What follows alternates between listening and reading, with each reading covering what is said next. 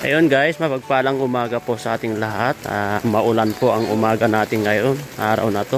At ngayon nandito po tayo sa Mantagbak, kung saan dito po nakatira yung magulang ni Marian. At pupuntahan po natin siya at bibisitahin. Sama po natin ng mga kalingap. Yan si Kalingap Tata, si Starax, saka si Pure Health. Siyempre si Dr. Love. Ayan, inutusan po kami ni Kalingap Rob na pupunta dito para pasyalan, para makita yung situation nila kahit umulan, para makita yung kalagayan ng mama ni Maria. Wala guys, samahan niyo po kami. Let's go. Dala niya ay ligaya at ngiti, kahit anong mga problema ay di pa rin mawawala ng pag-asa. Lagi nga alalay siya, mga kalingap, huwag kayong mawawala. Si Dr. Love may pagmamahal, huwag kang mawawala ng pag-asa. Laging nandyan siya, Dr. Love ang inyong kasama at naalalay siya. Mga kalingap, laging tutulong para sa inyong mabuting puso, para sa kapwa at sa mga taong nangangailangan. Dr. Love, Grabing kalagayan. palagi siyang nandito para sa iyo. May mabuting na puso, mabuting kaibigan, nandito lang kung kailangan nyo. Anong masasabi mo yan bro? Kalagayan nila. Kaya pala ng buhay niya, Marian. Te, dito po kami. Pasok tayo dito bro. Pwede makituloy te? Pwede makituloy?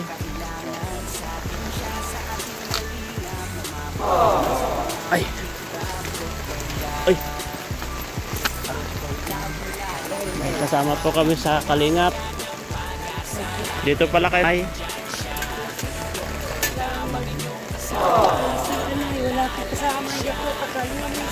Kayo po ang nanay ni Marian Nay? Pwede papasok.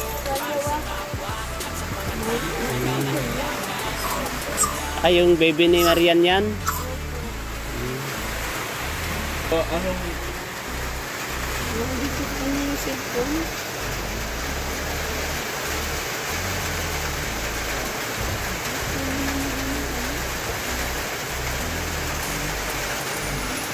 Parang sniper pa ang kalagayan nyo dito, Nay, no?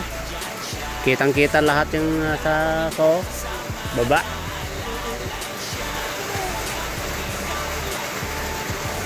Barangay hall pala sa kabila rin.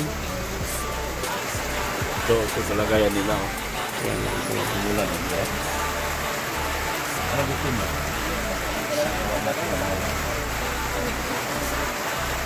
Mo ayaw. Ayaw mo? Pero kulit. Ang mangyari kasi ito, Marian kasi bata na. Tapos binibigyan natin. Gusto namin bumakay sa legal na position.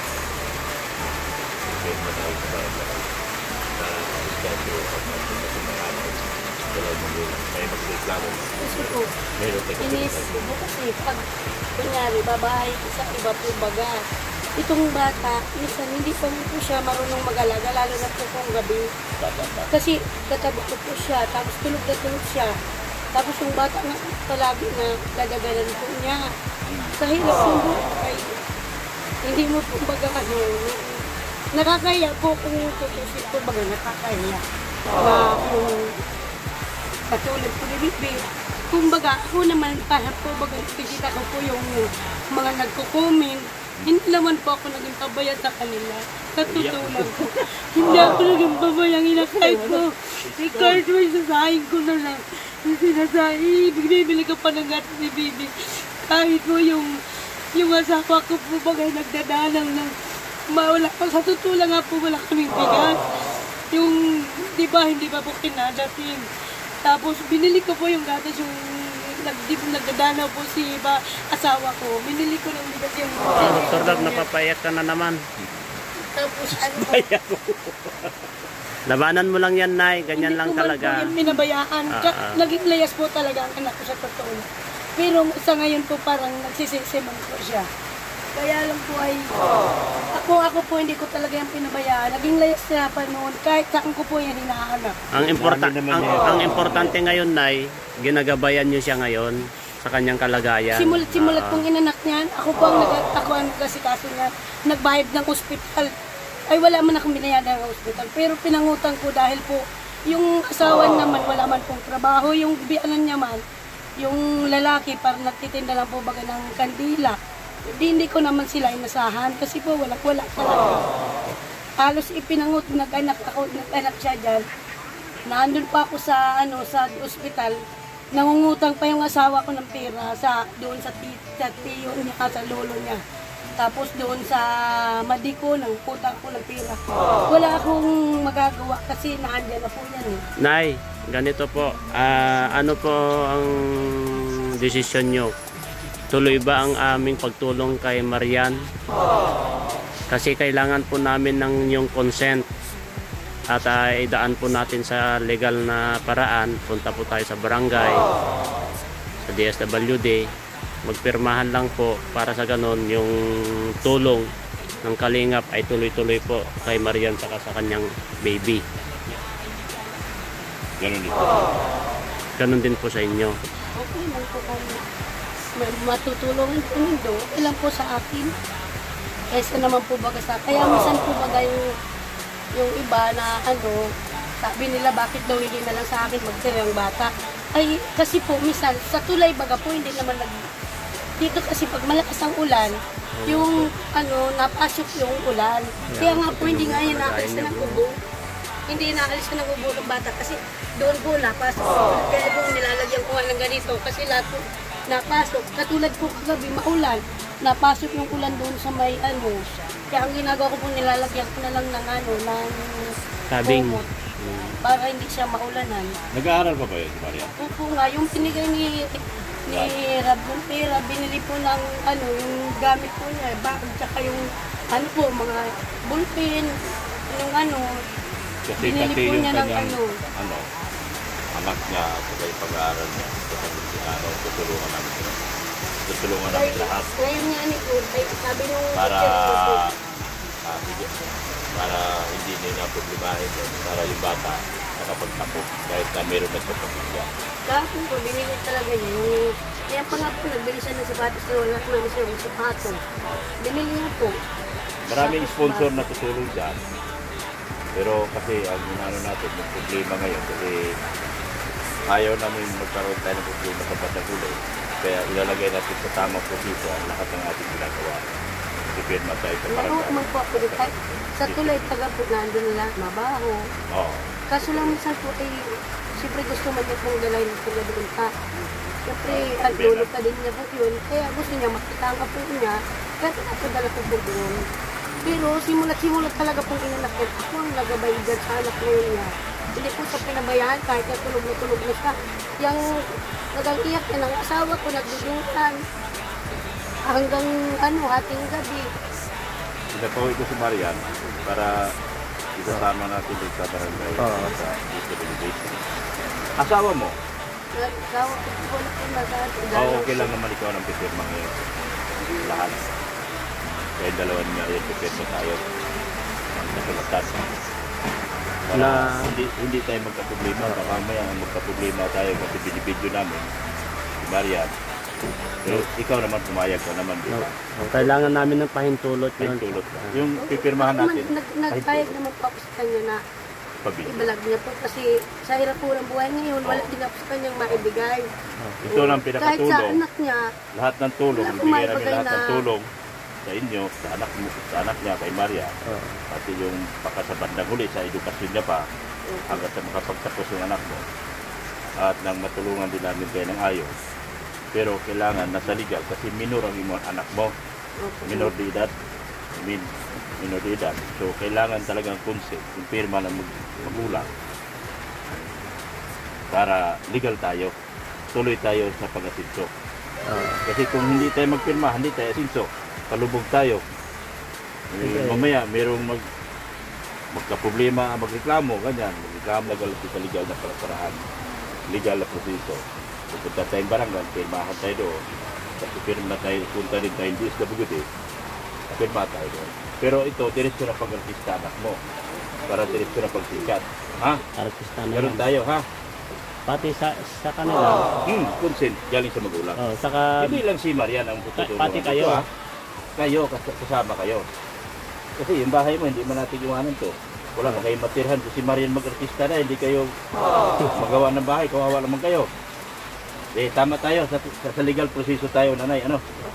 Sige, naintindihan nyo naman po ako. Nagkaintindihan tayo. Masaya ka, masaya din ako. kaya wag ka nang iiyak, Nay, kasi Umiyak ka, umiyak. Nako. napapaiyak kami. Yan ang sakit eh. Umiyak ka eh. Kahit wala pong talaga, kahit si Mariam po, iniiyak Apo, po yan eh. naintindihan Sa bata, sa bata. Kahit baga po ay, Susunduin ko na, sabi ko Mariam. nga, nakakayak nga kako ang ano, sabi man ng anak ko, umayak ka pa mama, sa hirap ng buhay ngayon. Sabi ko nga, oo nga, sa hirap ng buhay. Tingnan mo pa pang kalagayan natin, kahit talagang mahirap ng hirap. Kahit kako ay Ay. ganyan. Saan ba barangay dito? Doon lang po sa may, papasok dito bago magpuro. Yun doon. Yung papunta kina Melissa. Ay, doon sa barangay Oo. doon. Ano pangalan? Magtagbak. Kilala naman tayo doon. Sama-sama na lang tayo. Sama-sama na lang tayo Kasi sa isang dadaanan van. natin si Marian Rasulay. Kausap ko na. Oo. Bihis ka na, te. Best ka na. Ano, may iwan tayo dito? Yung bata, Okay, sama natin. marunong ka na mag-alaga? Baka mabasa. Baka pagdadalhin natin. Hindi ako nakakapag maguhugas na po sana. Sige, bihis mo na, te. Sige. Maliwa ka pa kayo? Ito po yung kalagayan nila nanay, no? Ito po yung bahay nila Ate Marisa po, guys, no? At mama po ni Marian. Yan. Ito po yung bahay nila. Grabe rin pala yung kalagayan po nila dito. Kung tingnan nyo, yung kalagayan nila po dito. Dito sila ito yung paligid po nila. Ayan, oh. Kung makikita nyo yung paligid nila, guys. Ito. At nakausap na rin po namin si Nanay Marisa para sa ganun ay pupunta po tayo sa barangay para sa kanilang pag-aasikaso about kay Marian para tuloy-tuloy po ang ating pagtulong sa kanila. So, makikita nyo guys yung kalagayan nila. Ito. At kapag malakas pala ng ulan, grabe pala. Basang-basa pala sila rin dito sa loob. Yan ang makikita nyo. Kita nyo yung basa.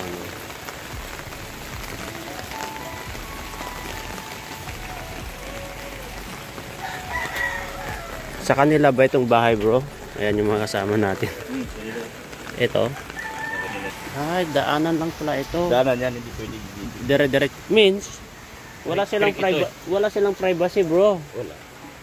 Wala silang privacy kapag may dadaan pala na tao dito, dire-diretso. Oo.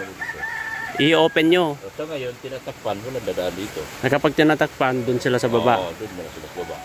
So, kasi hindi pa naman wala kasi, binubunga na lang din para Kaya nga, magkaroon. oh. Wala pang, Hirap din yung bahay nila, skeleton pa. Kalagayan nila. Oh. Yan yung kapatid ni Marian. Yan. Andiyan na Gusta pala ka? yung asawa niya. Pinapunta ko rito.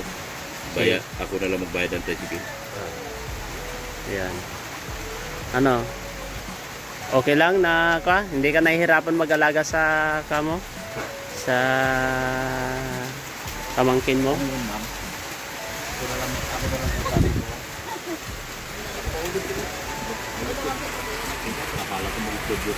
Ay, Ano? Shout out, mag-shout out ka na lang po dito. dito. Okay. Video. Kaya ka? Yan. Shout out daw kay Ma'am Roma. Yan. Ako din hiwalay. Tita ni Marian. Yan, shout out. Nabutan namin dito. Yan siya, oh. Ayan, oh. Mahiyain pa. Mahiyain sa mga artista. Ito po yung mga kalagayan namin, no. Ayan, naghihintay po kay Marian. Ayan. Ayan, ito po. Kasi si ate, yung mama ni Maria. Buti lang, may dala kaming payong. Ito na kay Shada, Ma'am Shada. Ayan, salamat kay Ma'am Shada. Ayan. Yung payong. Tayo. Shada. Tara na.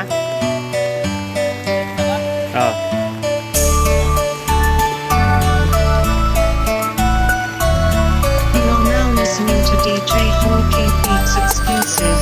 May ginito ang puso, patunay na palagi na andyan siya. Handa na tumulong, ano mapagsubok, siya ang makakasama nyo. Kalingap na hindi mawawala, pag-ingat sa inyo, matanda man o bata. May Dr. Love kayo na maaasahan at kayo ay tutulungan. Mapapawi ang lungkot at bighati, dala niya ay ligaya at ngiti. Kahit anong mga problema ay di pa rin mawawalan ng pag-asa. Lagi nga Lagay mo na lang sa baba, eh.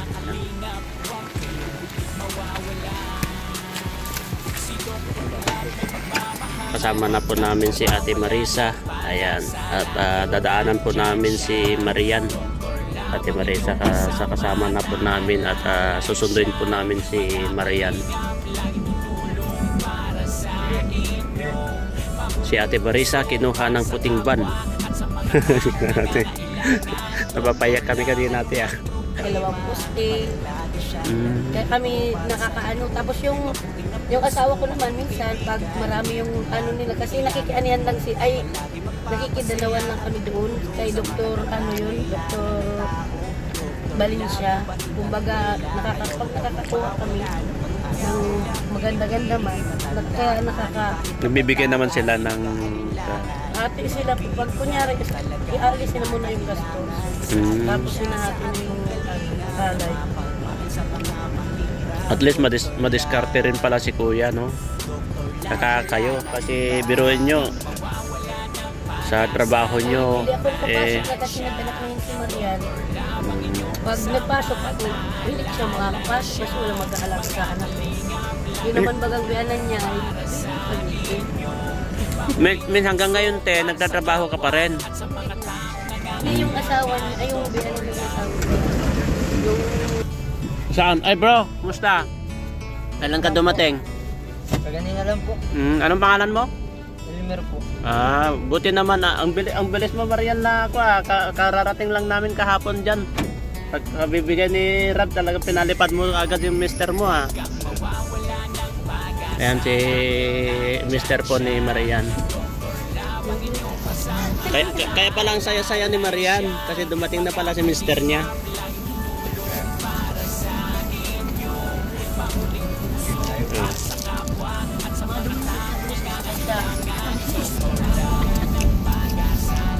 si Bibi matigas na nga. Bakit hindi mo kasi? Umuulan. Okay lang yun na nandun siya, safe naman yung baby mo.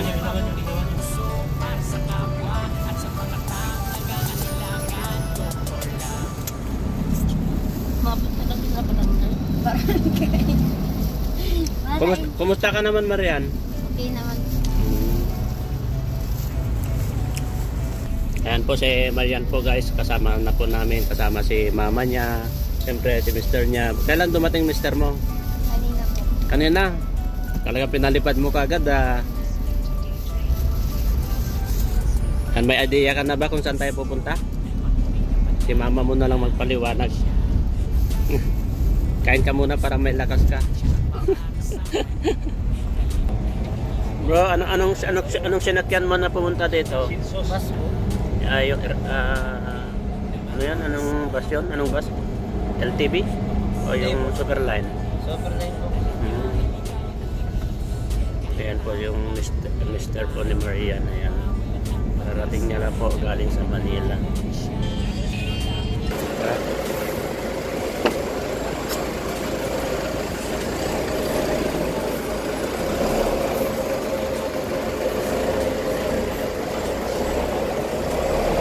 Baba na. Sama mo yung mister mo. Yan si Ate Marisa. Dito. Dito, Marian. VSM Kalingap Kape 9-in-1 Healthy Coffee Mix. Ang kapeng may puso. Bakit? Una, nakakatulong upang mapanatiling malusog ang ating puso. Pangalawa, nakakatulong upang mapanatiling healthy at malakas ang ating katawan. Pangatlo, nakakatulong upang makaiwas sa iba't ibang uri ng sakit at karamdaman. Mga pangunahing sagap nito. Number 1, mangosteen fights cancer cells. Cancer sa suso at colon. Maiwasan ang sakit sa puso at stroke. Number 2, collagen. Pampalakas ng buto at ngipin. Gamot sa may arthritis at rheuma. Panginginig ng kamay, tuhod at likod at baywang. Number 3, green tea extract. Nakakatulong sa puso. Lower blood pressure. Lower blood sugar. Number 4, green coffee bean. Pampababa ng tibang. Antioxidants. Number 5, barley powder. Anti-aging. Pampababa ng cholesterol. Prevent anemia. Supports kidney function. Boost immune system. Number 6, L-carnitine. Pampasexy. Tanggal bilbil. Number 7, stevia. Pampatamis. Number 8, Garcinia cambogia. High cholesterol level. Antioxidant. Burning fat. Number 9, psyllium husk. Good for the stomach. Good for diabetes. For more information and orders, you can text or call Kuya Val at contact number 0929-113-2469. VSM Kalingap Kape 9-in-1 Healthy Coffee Mix. Ang kapeng may puso.